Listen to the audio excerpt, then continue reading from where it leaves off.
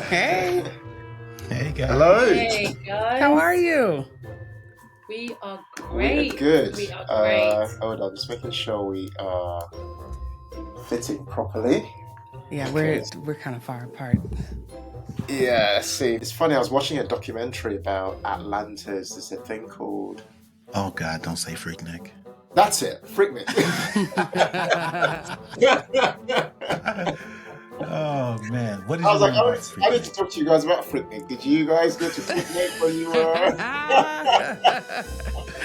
I do remember riding through it, but I was never, I wasn't twerking on top of cars or nothing. I was still a child. Yeah, and I'm older than she is, so my memories of Freaknik was more so on trying to go. Pretty much, you didn't even have to go anywhere because the party was on the highway, and it wasn't all debauchery. But yeah, I mean, that was a pretty accurate description of kind of how it all played out. Okay. I can't imagine that happening in the UK. I was thinking, wow, these Americans are wild. Yeah, some of us are.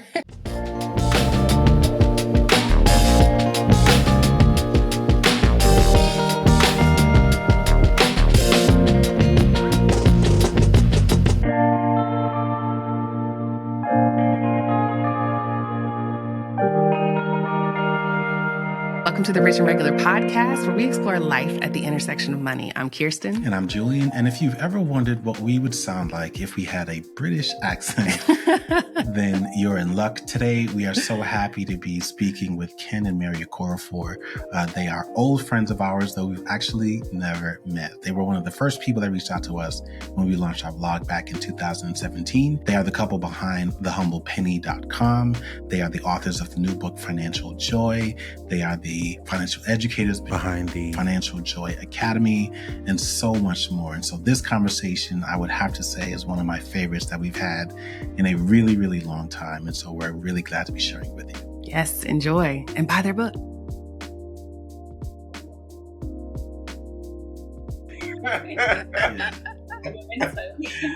I want to go back in time. We launched our blog September 2017. It was a little bit after Kirsten's birthday and our anniversary. This is just basically what September means. Like at this point, we know that September is just a very busy month, but we launched our blog in September 2017. And I would say a little bit, it was maybe just shy of a year. I get this email from a guy named Ken. Let me read this email. Oh, wow, you still got it. It says, I was super excited to come across your site today. We found you through Playing with Fire and immediately thought to ourselves, they too are the fearless generation. The fire is spreading and we are making it happen here in the UK. We hope to get to know you guys and possibly even work together, guest posts, etc. if you're keen. I never used the word keen before. This is when I said this isn't spam. I said this isn't spam. I think he actually is in the UK. My question is, what made you so passionate about spreading the message about fire then? Yes. And would you say you are more or less passionate now? Wow, wow. I'm so honored that you still got the email. That's just like, that's incredible.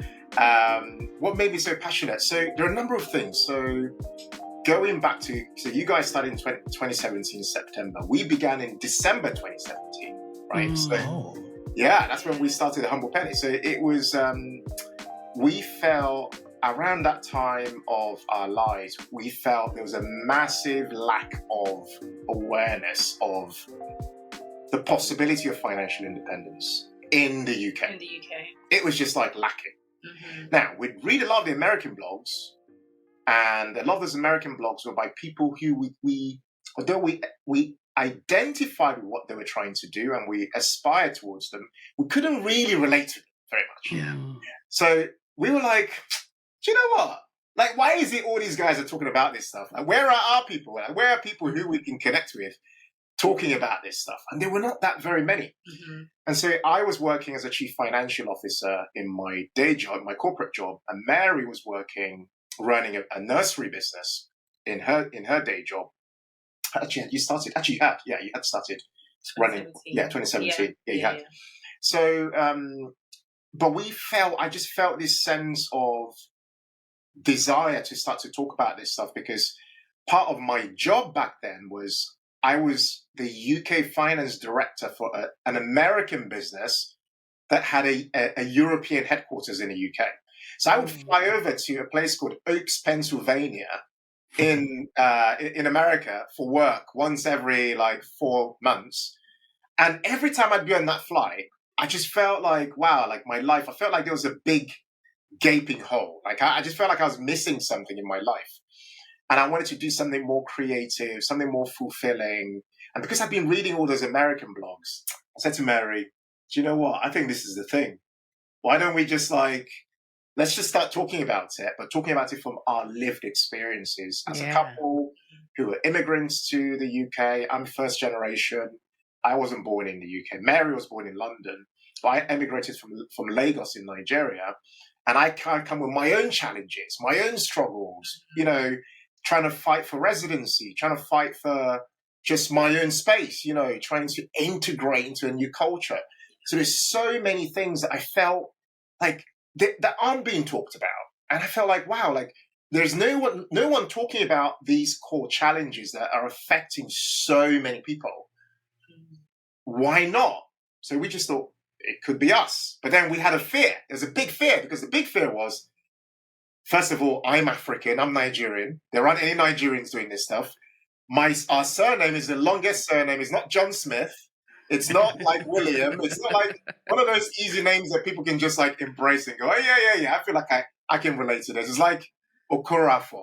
It's like, who will embrace a name like that? So there was that fear of, can a black man or a black couple be trusted to talk about money? There's so many struggles with identity with starting this project. But anyway, we chose to start. We did. Now, did you guys have kids back then? Because our son was like 6 months. How old are your kids?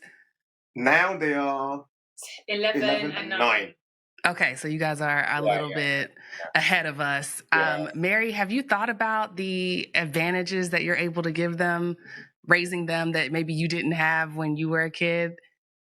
Oh, so many. So my parents migrated over to London in the late 70s, and there wasn't really much of a community for them. And so nobody was talking about money. They were very good with their money in terms of they were very frugal. They lived within their means.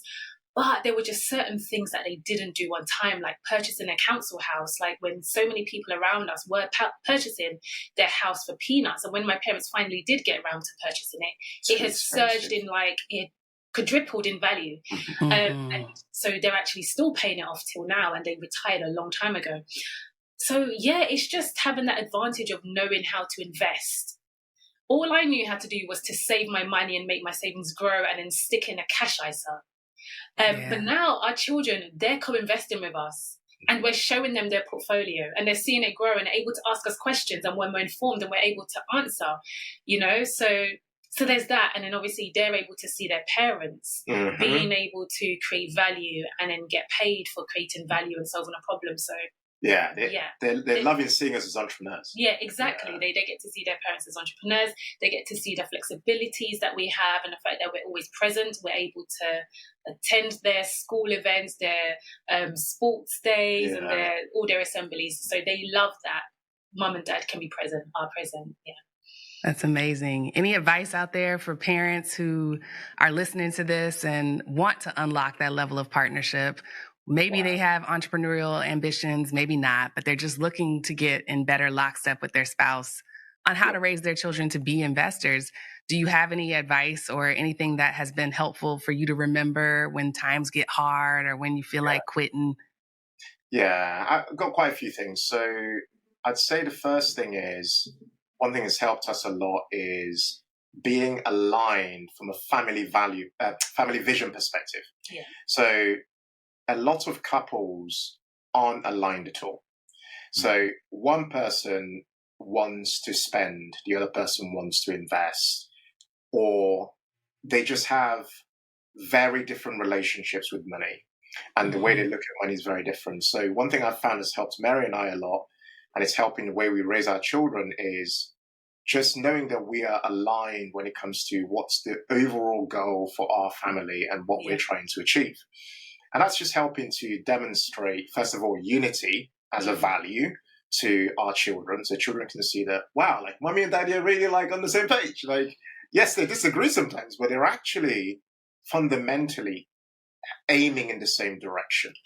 And that's very important for children to see, because then they're like, wow, okay, you know, they can watch mom and dad and they can observe and they can try to soak up certain habits that they see mom and dad exhibiting.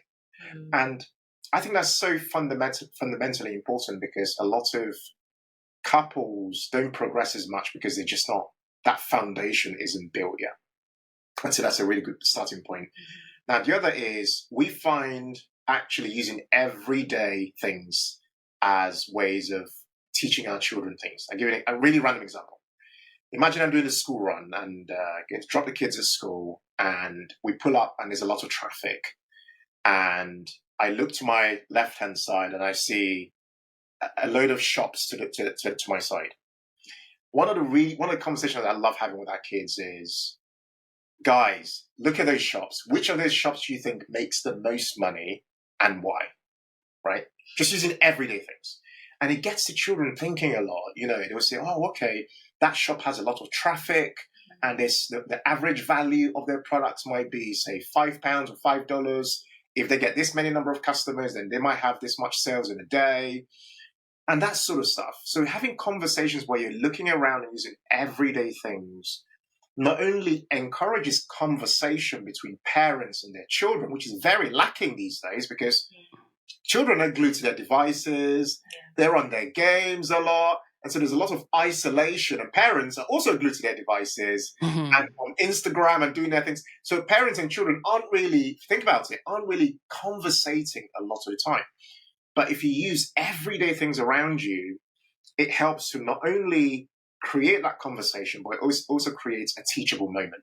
So I think parents just need to get on the same page with their partner if they can, and then use every day as opportunities to create dialogue with their children. Yeah, and just to add to that as well, we love to teach them how to become producers as opposed to consumers. Like, think like a producer. Who are your favorite YouTubers? How do you think they make money? You know, what value are they bringing, or what problem are they solving? But also, we just teach them to have pots from an early age, so they get a lot of pocket money and birthday money from their grandparents for birthdays, and we just teach them that, you know, yes, use some of the money to buy your toys or games or whatever, but give 10% to charity. Invest 20% of it, and then you can spend the rest of it. So they know that whenever money comes in, they shouldn't just spend it all on toys. There's like an allocation, a slight allocation for each thing. I love this so much for so many reasons, because as you guys are talking, I'm obviously envisioning our son, and we do literally the exact same thing. I'm sure Kirsten is thinking the same thing. I've got a long list of stories where I find everyday things, everyday moments. Because we think so much about money, we find these opportunities to use these moments, whether it's him playing baseball or him playing video games or an experience in class, that we can use as a financial lesson that either is introducing something new or reinforcing a core principles. Now, I will say in his class, they have an incentive program where the better you behave or you ask the right kind of questions or display certain kinds of qualities, you get X amount of points. And as you accrue these points, you can cash these points in for the treasure box. Little treasure box. You get to pick something, you know, out of the gift, out of the treasure box. And our son is, if I'm not mistaken, the only one in the class that has like hundreds of points. Wow. Absolutely refuses to spend them. Right? So he's misinterpreted the message a little bit. I think he believes he can carry over these points into second grade. So we're actually now encouraging him to use his points before he loses them. But it is interesting to see that we uncovered that. And then we, again, use that as an opportunity to say, well, this isn't like money. This isn't like investing. You actually do want to go ahead and spend your points, because I don't know that your next teacher is going to use this exact same system. But I want to change gears a little bit, because one of the other things in your book that I found really interesting. I tend to enjoy these moments that I just consider to be turning points, like this moment where something bad happens, something challenging happens, and you make a decision to say, this is not something that I want to do. So in our life, I certainly remember when I proposed to Kirsten. She was actually struggling with a neck issue because she was overworking herself. I've had issues and challenges with burnout, and my body started to show signs of that in my 30s, which was really alarming to me because I didn't anticipate that I would have those experiences or feelings until my 50s or something. But here I was in my 30s, and I started to experience my body breaking down. You guys shared the story of Ken when you had a really difficult situation. Yes. I want you to kind of help us relive that moment, why it changed your mind. And then Mary, I want to know how you felt watching your partner go through this challenging experience. We should, you know what, I think we're really, really cool. If it's, I just thought it would be amazing. I don't know if you've done some on your podcast or channel before, to just read a segment from the book about that, because I just I just think it will really speak to people. So let me try and read it. Okay, so I remember it like yesterday. I woke up confused, looked around and wondered where I was and why I was sitting on the floor in my pants. Everything seemed blurry, and I couldn't remember how I got there. 3 hours before, at 12:31 a.m., I'd arrived home from work after a grueling 15-hour shift, trying to meet my deadlines as a CFO at an investment business. The lonely 2-hour journey from London back to Kent had taken a further toll on me, and I had to walk home from the station in the bitter cold through dimly lit streets with only foxes for company. I remember thinking, is this the life that I always dreamed of? After all those years of working my way up the career ladder, here I was. Not only had I not spent time with my beautiful wife and children that evening, but I hadn't seen them properly for days. And although I didn't know it then, things were about to get worse. I got home and crashed out next to Mary. 3 hours later, I got up to use the bathroom, and as I would learn later, I immediately collapsed and hit my head on the bathroom sink. The loud bang awakened Mary, who desperately helped me regain consciousness. Another 3 hours later, the ambulance showed up, and while I sat at A&E waiting for a brain scan, I asked myself, why am I here? If you pay close attention to your life, you'll notice that it gives you signals about what's most important. The problem is, most of us either don't pay attention or we don't look out for the signals. Instead, we are all quietly working ourselves into the ground. That night, and the many hours in A&E would become a point of no return event, like many others I'd experienced before. I took my phone out of my pocket and recorded a video speaking to the camera to remind myself of how I felt at that moment. I promised myself that I would never be here again and started reassessing my priorities immediately. Yeah, that's just like bringing it all back. And it was honestly like one of the scariest experiences, because it was just like this loud thud that I heard, and you were just so confused and disorientated. And I was trying to reassure you because I could see the panic like in your eyes. And I was literally freaking out, guys, but I was trying to be so calm because you were asking, babe, am I okay? Am I okay? And I was trying to wipe his head. There was like blood on the back of his head. There was blood on his chin as well, where he'd knocked it on like furniture in a bathroom. And I didn't want him to see it because I didn't want him to panic more. I just remember thinking, like you said in the book, it really was a point of no return because we knew it was a crazy busy week and we hadn't got enough sleep.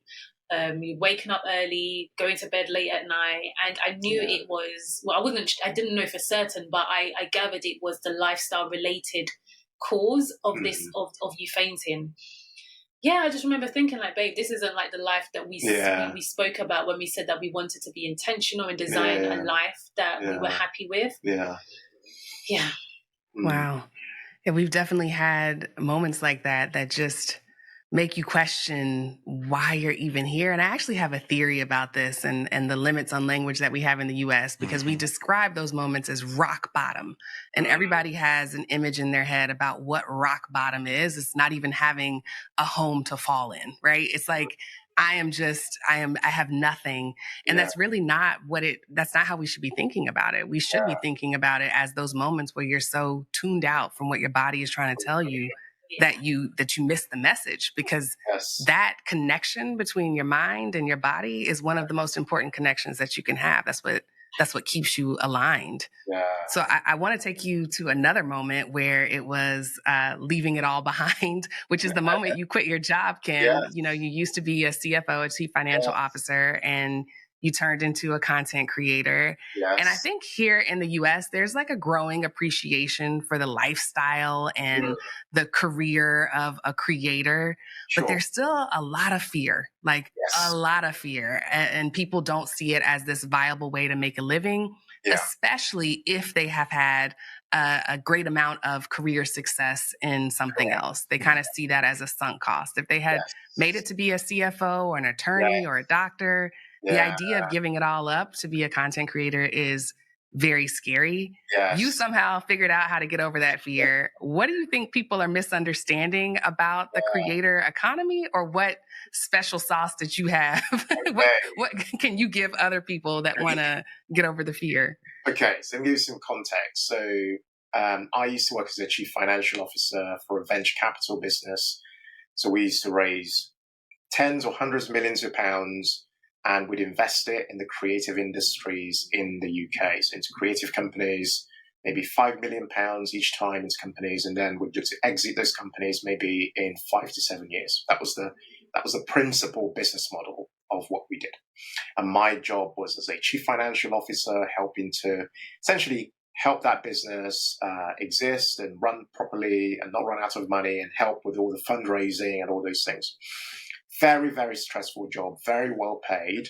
In fact, I remember very clearly, as part of this, a thing called a carried interest, which is a pool of money you have a potential for if all the investments go very well and all those things. And my pool, I've never really talked about this, but I can tell you, my pool worked out to be something in the region of £3 to £4 million if everything worked out. And, so the reason I give that context is that number was like a carrot that was being dangled in front of me that made the possibility of quitting even harder. Because you're like, what if that actually happened? I'm leaving behind this potential, that could become something, but also could become nothing, right? Because it's venture capital. Things could go completely the other way, but COVID was a big decider. So the pandemic, I left in April 2020, and it was one of the hardest moments of my life, because not only did I have a very demanding job, which I now needed to do from home, and it was a board level role, so lots of responsibility, but I also had, my marriage. I also have children who we now needed to start to homeschool from home. We had the Humble Penny. We had the Humble Penny. Financial Joy Academy. Exactly. Well. And all these things were taking off on our YouTube channel. Yeah. The side hustle was doing well. My mental health was not in a great place at all. It felt like a collision of different forces. And Mary and I kind of looked at each other and said, look, we've been working on building our fire pot and trying to really prepare. We're in a good place financially. Why isn't this the time? But it took something for me to either take the jump or be pushed. And it took a big global event for me to say, actually, this is a time to actually have a go at trying to do this thing. But it was harder than that, because, as you say, I'd built my career for 14 years. I've been working since 2006, and I trained, I'd done my MBA, I'd done all these things, but I needed to embrace a new mindset, which is that I'm not defined by just this one possible career path. I needed to understand that I am I have many other possibilities, many other creative abilities, and I needed to find a way of tapping into them. And beginning a small side hustle was the way. The Humble Penny was like the beginning of that, almost teaching myself that I wasn't just limited to understanding numbers as an accountant and understanding spreadsheets. I could explore my inbuilt creativity in a very different way. And I also really embraced the idea of portfolio work, because we were starting to notice a trend, which is that in the city of London, for example, in the financial services industry, you don't see people beyond the age of 50, really. A lot of the employers find a way of exiting people who are older somehow through, ageism. There's a process where they just don't hire people who are older and much more experienced because they're much more expensive. They hire much younger, more affordable people. So I knew, particularly as a black man, that my days were numbered in the corporate world. That eventually I would either need to jump or get pushed at some stage. And I might have other challenges like health issues or just other things that might mean that if I don't create another alternative pathway, then I might find myself pigeonholed, So weighing all those things up, as well as agreeing with Mary, we said, you know what? Yeah, this is it. This is the worst possible time to take a leap during the pandemic. We were like, this is a leap of faith, man. Let's go for it. Let's literally throw everything into this thing happening and see what happens. Now, I do have to say it helped that we were looking after our personal finances, because that created a foundation. Because then it's a bit like a runway for a company. You're like, oh, actually, a business has, 2-year runway, or, a period of time over which their balance sheet could sustain them. In the same way, we had to look at our personal balance sheet, our net worth, and say, well, actually, how much longer could we, operate without any issues? And that was good for us. And so the remainder was a mental leap, which is, are you okay with not worrying about what other people think? Because a lot of this is my ex-colleagues. What's my ex-boss going to say? What's my ex-colleague going to say? What's my, people I went to university going to say? A lot of it is, what are other people going to say? A lot of the worry is how we feel about other people. And so provided Mary and I were like, we're okay with what we're doing, that was the leap. But I'm sure you have something to add to that. Yeah, I guess I could see how weighed down you were mentally, how much your job really stressed you out. Yes. And so, I think for me, it was a no-brainer. Like, the Humble Penny was doing really well. Financial Joy Academy had just started. It was a baby. But it just felt right. It just felt right. We'd become mortgage free. So we didn't have that worry of that big, monthly payments. And we were quite, we were living within our means. We're doing well. We weren't living flashy. So I wasn't actually worried for a moment. It was literally a no-brainer. I had done it the year before. 2019. In 2019. Yeah. So, it was just a great job. It was a great decision. Do you know one thing I want to say? Okay, so I like to keep it real with you guys. For me, it was the thing about losing the 6-figure salary. Yeah. Right?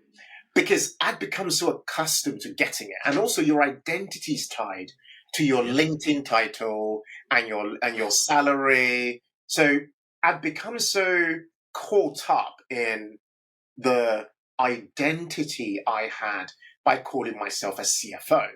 As well as the paycheck, the perks, the insurance, the fruits in the office, all the freebies, all this stuff.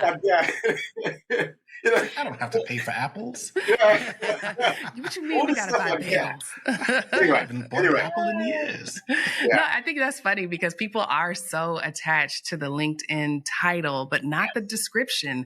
When you go down to the about and they say, I'm a leader who gets all of these results, it's like, well, what happened to that person? Like, be attached to that person so that you can pursue other things that aren't attached to this title. Like, I wish more people had the courage to ask themselves those questions, which I think are so brilliant. Why isn't this the right time? And why do we care so much about what other people think? Because I think if you can get clarity on those two areas, you can at least start to uncover what you're actually afraid of, whether it's running out of money or not having the relationship with people that you thought you might, or whatever it is. And a lot of those business problems are actually solvable. The mental work you got to do on your own. But process pieces of just finding clientele and increasing your close rate and learning how to do marketing, all of that stuff is learnable. So I wish more people were willing to confront what they're actually afraid of, like you guys were. I want to just chip into that. Like, I've become infinitely more talented since I left that corporate job. Yeah, same. Like, the level of skill set, the level of like variety, like, I cannot tell you how, like, the rate at which we're moving, the rate at which we're able to make decisions quickly, the rate at which we're able to, you know, say no to this and yes to this and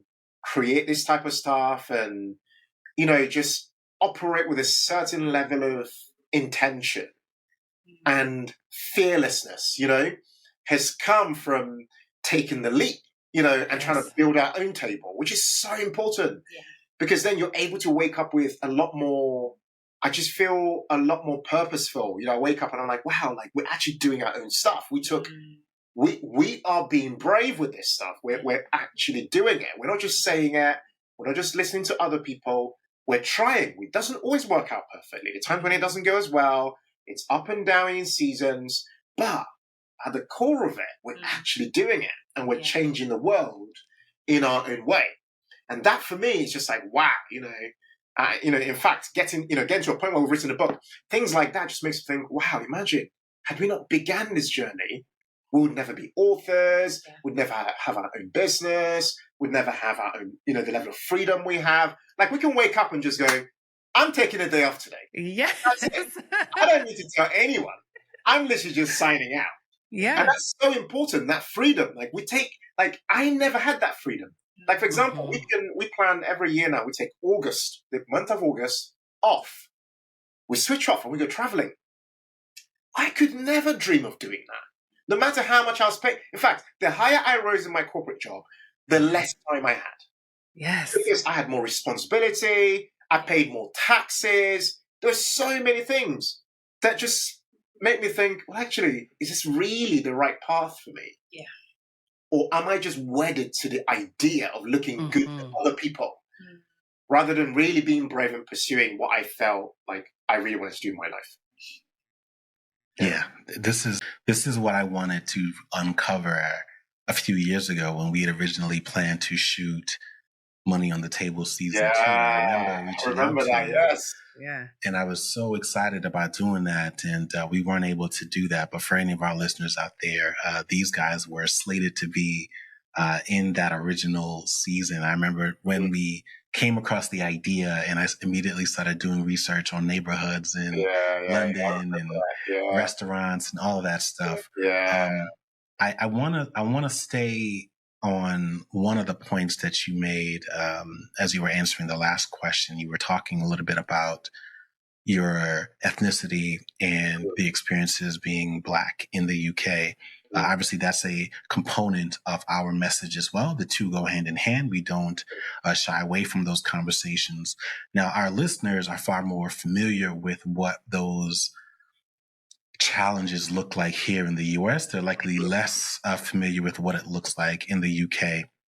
But I want to drill a little bit deeper there because I'll share with you one of my theories, and I can't recall if I've shared this with you or not. And I will also add a little disclaimer because I got my hand slapped online. Someone basically called me elitist for making this observation, but that was not my intention. It was really just me not being able to ignore the fact that I felt and what I saw based on my assessment of the personal finance and media space, that there was a disproportionate percentage of Black people who were African and or Caribbean, right? So if only, let's say 20% of the population here in the US were African or Caribbean, it felt as if around 40 or 50% of them who were very much drawn to financial independence and personal finance seemed to be of those two subgroups. I'm curious if you see similar dynamics or proportion differences in the UK. Yes. If not, that's fine. But what do you see, and what are the challenges that might be unique to Black people that are at work in the UK that maybe our listeners and viewers in the US might be able to Sure. identify with? Yeah, we can share different various perspectives on that. So to that point you made about, let's talk about the personal finance space, for example. So in the UK, I'd say the top Black voices in the space are overwhelmingly African. Like, how many percent would you say? Oh, probably 70 or Way 80. more than that. Mhm. Way more than that. Yeah. Like 9 out of 10 of them, maximum. Mhm. Yeah. Overwhelmingly. Now, if you ask me why, I'd just say we are first of all, a lot of us are immigrants to the country. So, and we're later immigrants, right? So Africans came in a bit later compared to other ethnicities in the UK, like the Indians and, other The Caribbeans. the Caribbeans came a bit earlier as well. Now, and also there's a culture of being, I'd say our ethnicity, our culture of being Nigerian. We come from a culture of being enterprising. Mhm. So, for example, like our last name, Okoroafor, it's like 2 words brought together. Okoro means a young man, and Afo is a market day. So back in the day, there used to be about 4 market days. And so Okoroafor is like a young man who trades on the 3rd market day. So our heritage has come from buying and selling and dealing with money and trying to make it and figure out a way to exist and become successful and all those things. So I bring that up to say that the people who are in this space are always trying to evolve and, interrogate the space and look further beyond the UK, look at the US, look at other spaces and go like, these guys are smashing it. They're doing this. Why are we not doing it over here? They're trying to do similar things, right?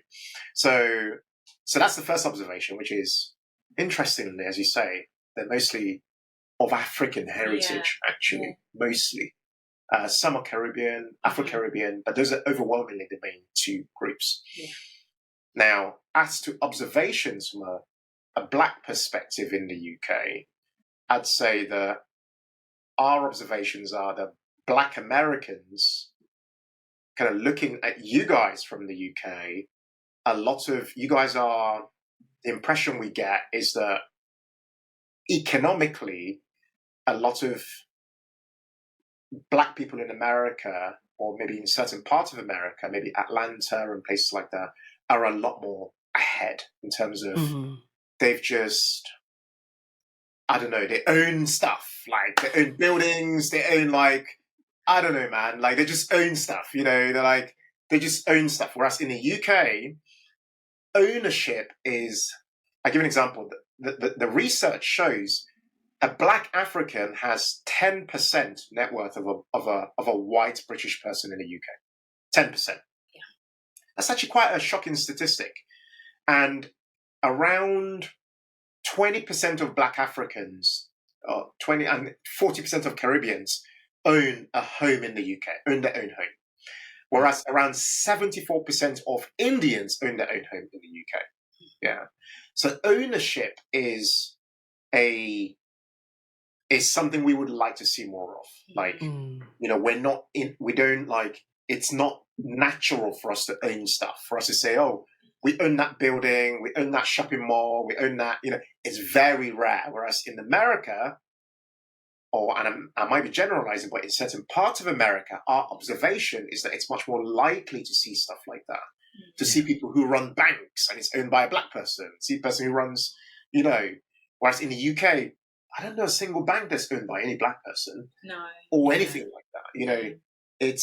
There's still a lot of, I guess I feel like we have some way to go. Yeah, it's like we're actually playing catch up. Like you said, the Africans migrated over to the UK much later than other ethnicities. So there is this gap, like when you mentioned the percentages in the terms of the amount of assets that we have. Mm-hmm. So, there's a thing where baby boomers there's going to be a big transfer of wealth from the baby boomers to the millennials. But, that might not be the case so much for the Africans Correct. in the UK, because our parents and their parents weren't even in the UK. So it's our parents that were still building up their assets. So there isn't really much of a generational wealth that we To can transfer. see tangibly within the African community, somewhat more so with the Caribbean community, but there's definitely a lot of catch up that we're doing. So I guess in a sense it's made us more enterprising and made us more, what's the word? We really want to improve our finances so that we can do better for our children. Yeah. And in the workplace, although Black people in the UK, African, Caribbean more generally, are actually pretty educated relative to other ethnicities, they earn significantly less. So there are massive wealth gaps that exist, between what a white British person might earn of the same qualification compared to a Black Caribbean or Black African person of the same qualification. And these are all based on data. You can go and look it up at the Office for National Statistics in the UK, the official body that produces all the stats. It's all in black and white, So there are massive wealth gaps, and these are all connected to many challenges, lots of systemic racism that still exists today, that we are navigating in different ways. You see it in the media every day. You see it in, we had a recent one with a politician.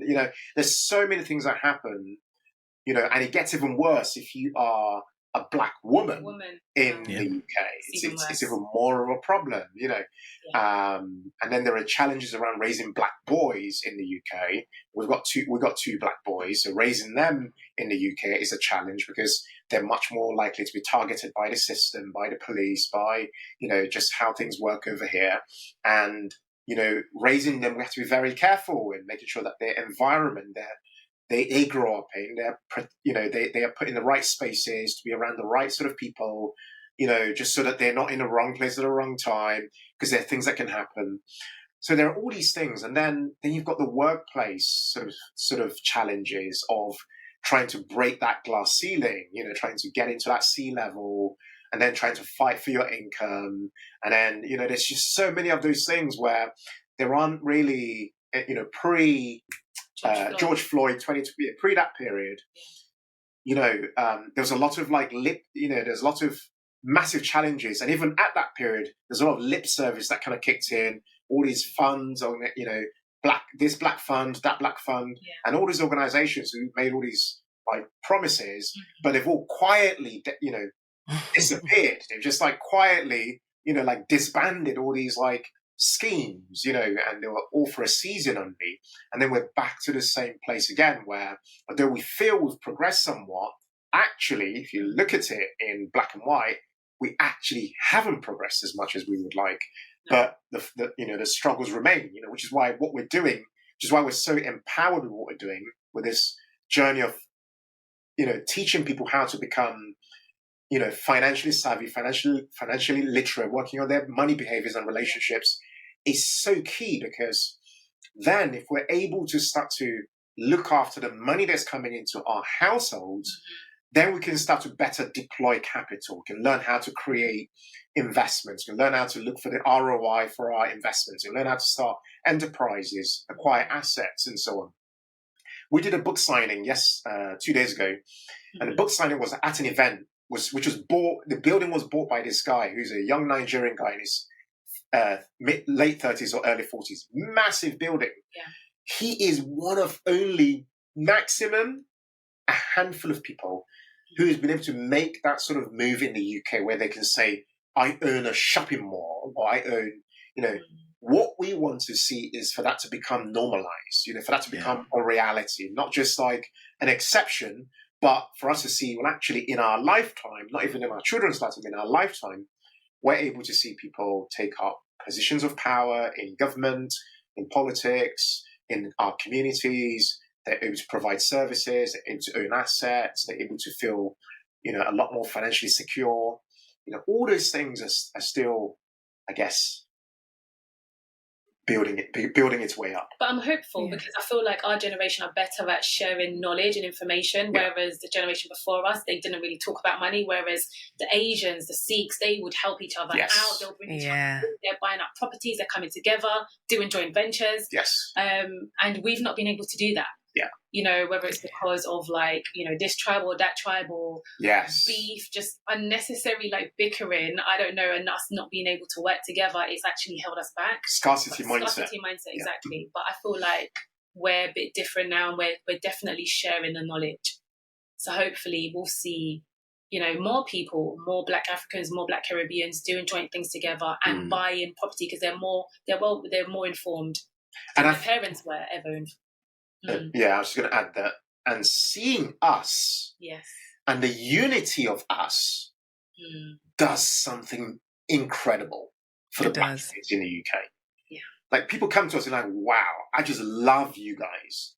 Just seeing you guys leveling up and really, you know, operating from a beautiful place with really beautiful intentions, putting out excellent work and really being consistent with what you're doing is really like helping to elevate so many people. That's why it's another, you know, to Julian's point about like sort of like intentions and motivations for what we're doing today. For me, it's about that, you know, it's about like, wow, we actually have the opportunity to change the financial destiny of millions of people. We actually know we have that potential. So it's like, and we're doing it with very limited resources, you know, our YouTube channel, our blog, and like just showing up consistently and like literally having the conversations people want to have about issues that are bothering them and like, you know, writing a book and putting it out there. So this is what gives us that purpose today. It's just like, wow. It's like our calling. We do feel like it is our purpose and our calling. And so it's a passion project for us. So even though we do have the flexibility, the freedom to do what we want, like we enjoy doing what we do. And just getting the feedback from people, just having the testimonials, the amount of DMs we get, like, guys, we paid off our mortgage, thanks to you. So many. Like, we paid it off in 10 years. It's amazing. That's incredible. It's incredible. I want to ask a follow-up question, and I wasn't, I think I had it in my notes, but I think I was going to ask it later on. Is there something that you think we take for granted here in the U.S.? I'd probably say, I think, firstly, the fact that there are as many Black people in America as there are relative to, say, the UK, for example. You know, like the Black population in the UK, I think we make up, I don't know, maybe 3%, something like, I don't know what the population, you know, in America, I don't know what the Black population is. It depends on on a number of factors, but last count, it was 12 or 13%. Yeah.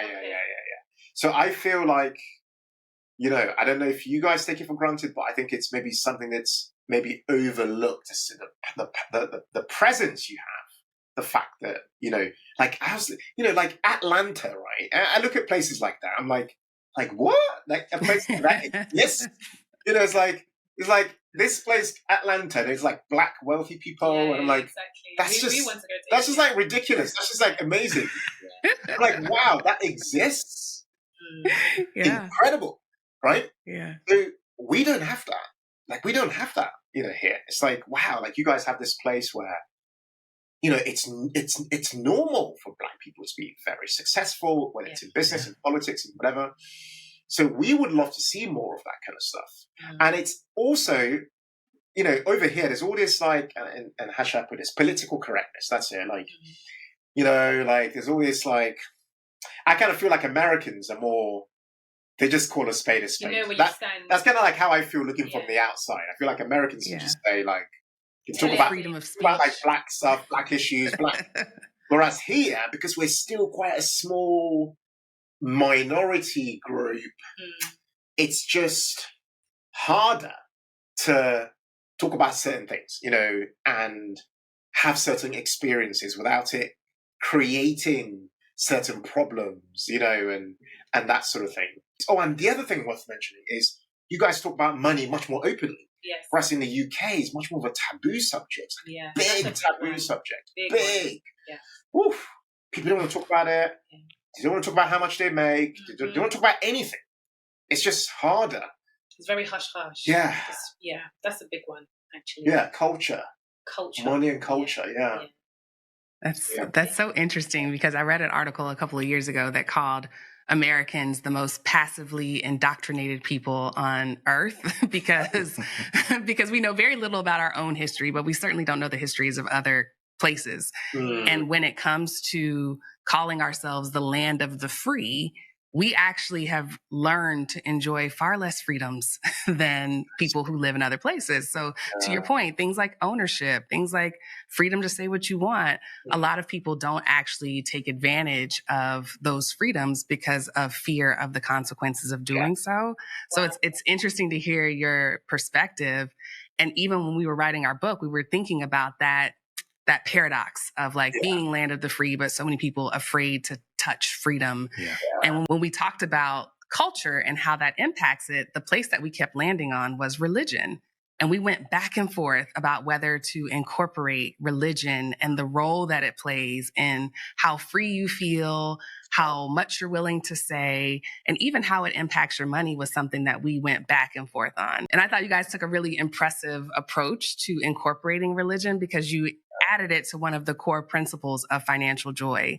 You say that faith is a currency in your finances. And I love that, because I've heard you say it over and over again. I've heard you say that, we've made progress in some places, but not others, or we're just not there yet. But Mary will chime in and say, but I'm hopeful, because now we're talking about it, and there are these tools and technology that's there to kind of close that gap a little bit.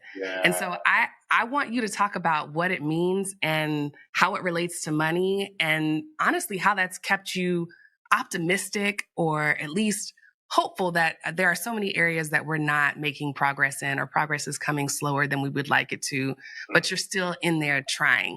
Can you talk a little bit about faith and the role that it plays in your money? Yeah, so we always talk about taking faith walks. And I guess it's because we are people of faith, and we believe in committing all our plans to God, but then also being faithful to carry out, if we have an idea or a plan, we commit to God in prayers, right? And then we take the next step of faith, which is to start the thing, do the thing. Because a lot of people, if they are people of faith can just be stuck in the prayer mode, but they're not taking action, right? So we believe the importance of faith and action working together. And also we feel that we are just stewards of money, and because of that, we're very intentional with what we do with our money. We don't use it to spend it. We don't spend it recklessly. We're not wasteful, and we like to invest it wisely and get a good return on our investment. And we speak about the parables that we might. So it's interesting, this point, actually, because we wanted to write the book in a way that was open to people who have no faith at all. Such that even the people who are people of faith can feel like we were still being authentic in the way we wrote the book. And we were, I kept telling our editor, I don't want to write a lukewarm book.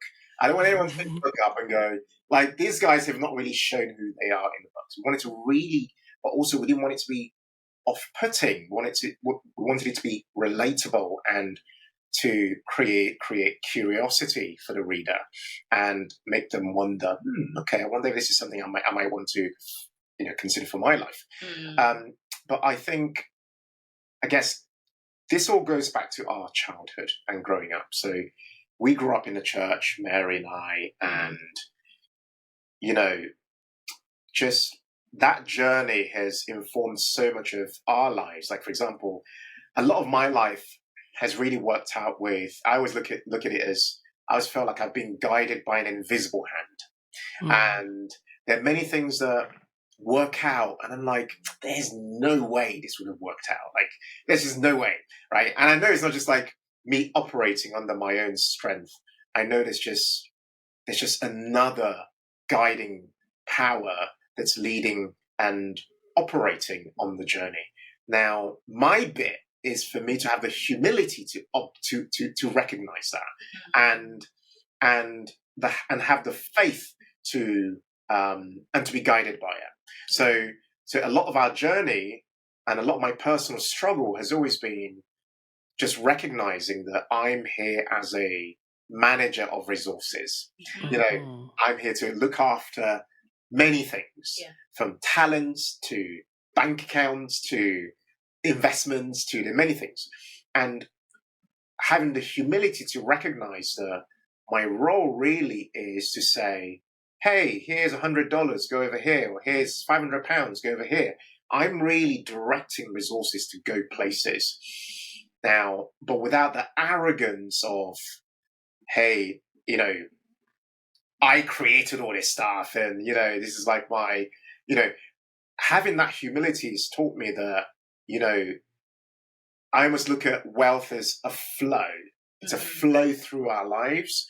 And provided we operate with this sense of intention and recognizing that we are stewards of resources, the flow will always be abundant. It will always flow towards us. And it's a question of where do we want the flow to go? As careful managers of the flow, we're able to say, okay, go over here and go over here and go to that project and go to that area. So as Mary talks about, the faith walk is really bringing together the practical and the spiritual together and making sure that they can coexist, because a lot of our money walk is just physical. We're like, oh yeah, I can see £100 or $100. That's all I've got. When in actual fact money is actually a spiritual thing. Money is actually like a currency. It's like energy that flows, and the energy with which you manage money is the energy with which the person who receives it will receive it. You know, so you can pass on that energy to other people. You can bless money as you give that money, and that money can become more abundant in other people's lives. So for us, writing the book, we wanted to find a way of the language to describe this such that people felt like they understood it somehow, or they could embrace it somewhat. And that's where we came up with the idea of it being faith being a currency in our finances. And I just felt like a good way to kind of describe it so that people understood the flow of it and the connection to faith as well. That's what I love about writing. that is what I love about writing, because if you can give somebody the language, the metaphor, the example, the connection, you can unlock something in their lives. And that's what books do. That's why it's so powerful to write one and to have somebody read it, because when somebody reads a book, they're ready to change their lives. Yeah. And when they come across something like that to take away the power that money had over them, that was leading them to make these, decisions that weren't ideal. I won't call them bad decisions, but non-ideal decisions. To read that faith is the currency in your finances as a means to keep going, to keep trying, to try something different, to let go of certain things. Yes. It's great. Like, I don't have to keep, Thank you. I don't have to keep fangirling. It's amazing. Can I just tell you something? Like, kind of like, something different about that. It was interesting, that point, because that page in the book was a big arm wrestle with our editors, because they didn't really, I don't know. My personality, right, is like, I like to fight for what I believe in, right? Yeah, I'm happy. And there was this almost move to not include that piece in the book, or include that idea and that concept. But Mary and I were like, no, like this is such a big part of who we are. How can you try to remove this? This is our book. Yeah. Like we like saying to us, we're gonna strip out this part of your life, and we don't want people to know about this area. We're just gonna just talk about investing and that's it. We're like, no. I don't think you understand. This is our book, and we want you to understand that this is a big part of how we look at life, So it took quite a few arm wrestles. I think that page is probably the most arm wrestled page in the book. That page. Yeah. Trying to get to a point where we were like, okay, everyone's happy with the language. Everyone's happy with what we think it's saying. Yeah. But to be fair, right, you see, when we finished the book, it was 120,000 words. So we've gone way over. We was only supposed to write 60,000. Yeah. It's still quite thick. When people pick up the book, they say, wow, it's quite a chunky book. I'm like, they had no idea. It would have been double the size. Yeah. So it was a challenge to try and reduce the word count. Yeah. I've come to realize that the best books are those that went through some type of struggle, right? Yes. Because we have very similar, obviously I'm biased, but we had very similar struggles with several parts of our book. And I think what it does is it leads you to believing in what you wrote that much more, right? You defended it. It also presents a very real bridge between you and the reader that you have in mind. You understand who they are. You understand what their challenges are. And there's a reason why you use the words that you decided to use. And so I applaud you guys for being willing to fight that fight, because I know as first-time authors, especially if you're just happy to be there, there's the tendency to Be like, okay. say yes to everything. Yield to people who have the best intentions, but may not necessarily understand you, your story, your message, or your reader, your audience. Right. Yeah. I have one more question for you guys, and I know we're a little over, and you guys are 4 hours ahead, so I appreciate your patience with us. In the book, you guys also created some personas. You have 13 personas that you identified. Yes. We will not go through all of them, but the one that I believe, if I had to pick, best describes a significant portion of our audience is who you would call the dreamers. Yes. And you define them as being highly ambitious, driven by big dreams and aspirations. Yes. What message do you think dreamers need to get out of the book? Wow. I love so your question. Interesting, actually. I love the question. So interesting. The people who read this book, we call the dream makers. Mm-hmm. Right. So it's actually interesting you asking us that question and pick that particular persona in the book. I think one thing I've learned as someone who had to figure out what we believed we were dreaming about and then try to figure out how do we achieve that dream. One thing for sure that helped us on the journey is very clearly that helped us a lot was having what we called our 10-year plan. Mm-hmm. I mention that because a lot of people dream about stuff, but don't have a mechanism for how to day by day convert the dream into a reality. There isn't a mechanism.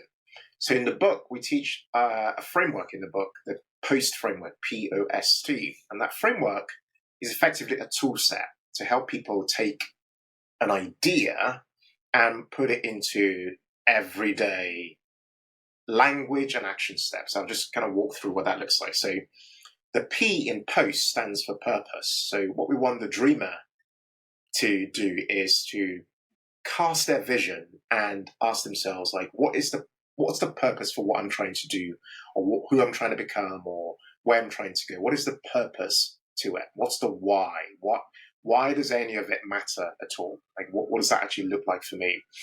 And that's very important, because if you don't write that down, if you don't discuss that, if you've got a partner, discuss it with them and almost paint a picture for your why, it's like building a house without a foundation at all. It's actually completely pointless trying to achieve any goals. The why is a beautiful frame for the day when things get tough. And there'll be many tough days as a dreamer, many tough days. But having that why means that when things get tough, you can kind of remind yourself or remind each other, hey, here's the purpose for why we're doing what we're doing. So the P is for purpose. Now the O stands for objectives, which is the goal. Like, okay, you've cast the vision, you set that picture for what you want to try and do, but what does it look like in numbers? So a lot of people say things like, I want to become financially free, or I want to have no money worries. Like, what does that actually mean? Like, what does it mean for you? Forget what it means for the person on Instagram or anyone on wherever. What does it mean for you specifically, right?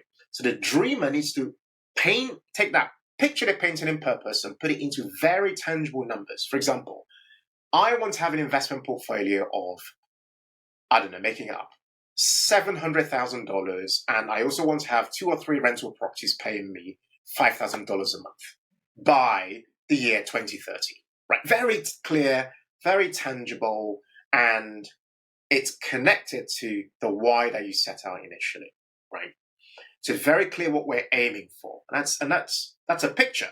Now, the reason that picture is important is when your friend comes to you and says, hey, I've come across this idea and this opportunity, you can then ask yourself, does that idea align with the goal that I'm trying to achieve and the purpose for which this goal is attached? If it doesn't align, you can very politely say, no, thank you, and focus on what you're trying to do. Now, the dreamer then needs to think, well, actually, outside of the objective, what's my strategy, which is the S in post. And the strategy we describe in the book is two things. It's who and how. Because a lot of time people focus a lot on the how, which is how am I going to do stuff? What's going to be my approach? Will it be stock market investing? Will I be going to entrepreneurship? Will I do this? Will I do that? Will I focus on my career? But they overlook the who. The who is who could help you get there a lot quicker? Like who's in your network? Like who could I join a mastermind with these guys and connect with, Julian and Kirsten and like connect with them? Could they get me there quicker? Could I? And that who is so critical because then you're almost introducing an accelerator to your dream, right? That's where the who comes in. And then the final piece is the T, which is the tactics, which is what are then the small steps I would take every day?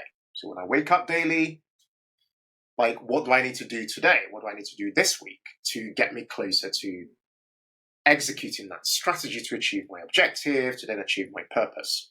So for the dreamer, although they are enthusiastic, they want to make things happen, they want to build their own table, having that framework helps. But also, one thing I'd add is relationship capital.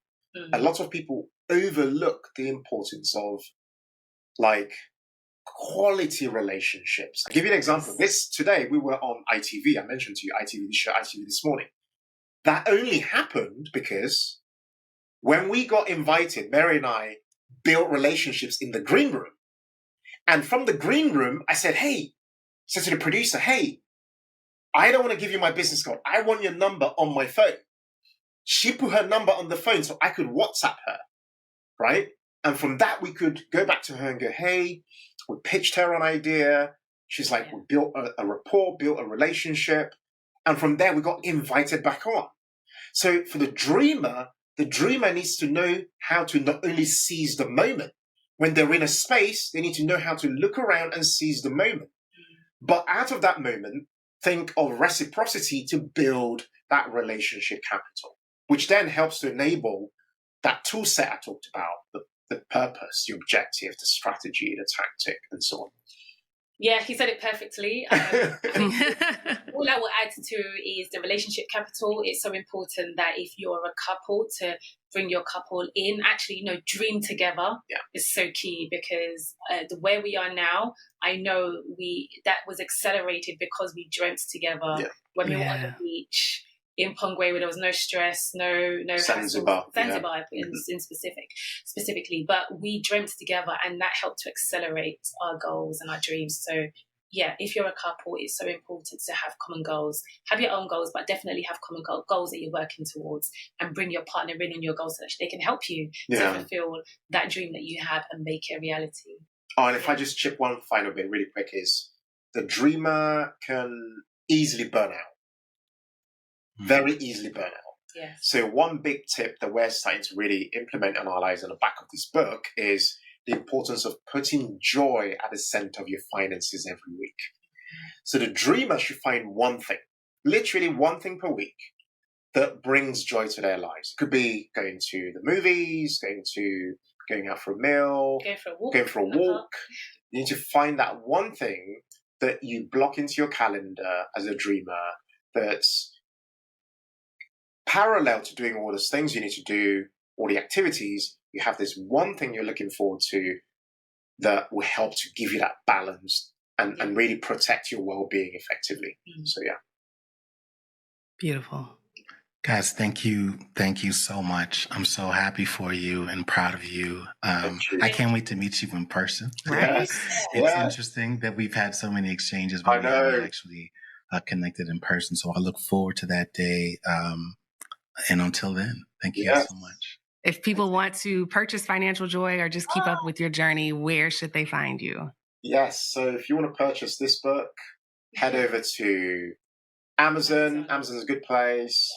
Barnes and Noble, Waterstones, WH Smith's. It's available in physical copy. So it's a 10-week plan to help you banish debt, grow your money, and unlock financial freedom. So it's very practical inside, so you can do all your exercises in it. And it's for single people and couples. So, you can feel included on that journey.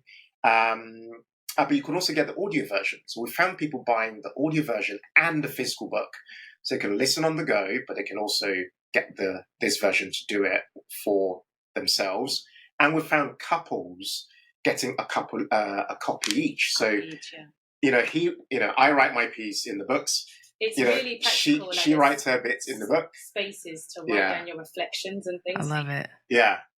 And feel free to, find us at The Humble Penny on Instagram, YouTube, TikTok, LinkedIn. We're using LinkedIn now, by the way, which is just fantastic. I was more impressed by the TikTok. I'm still trying to decide if we're joining or not.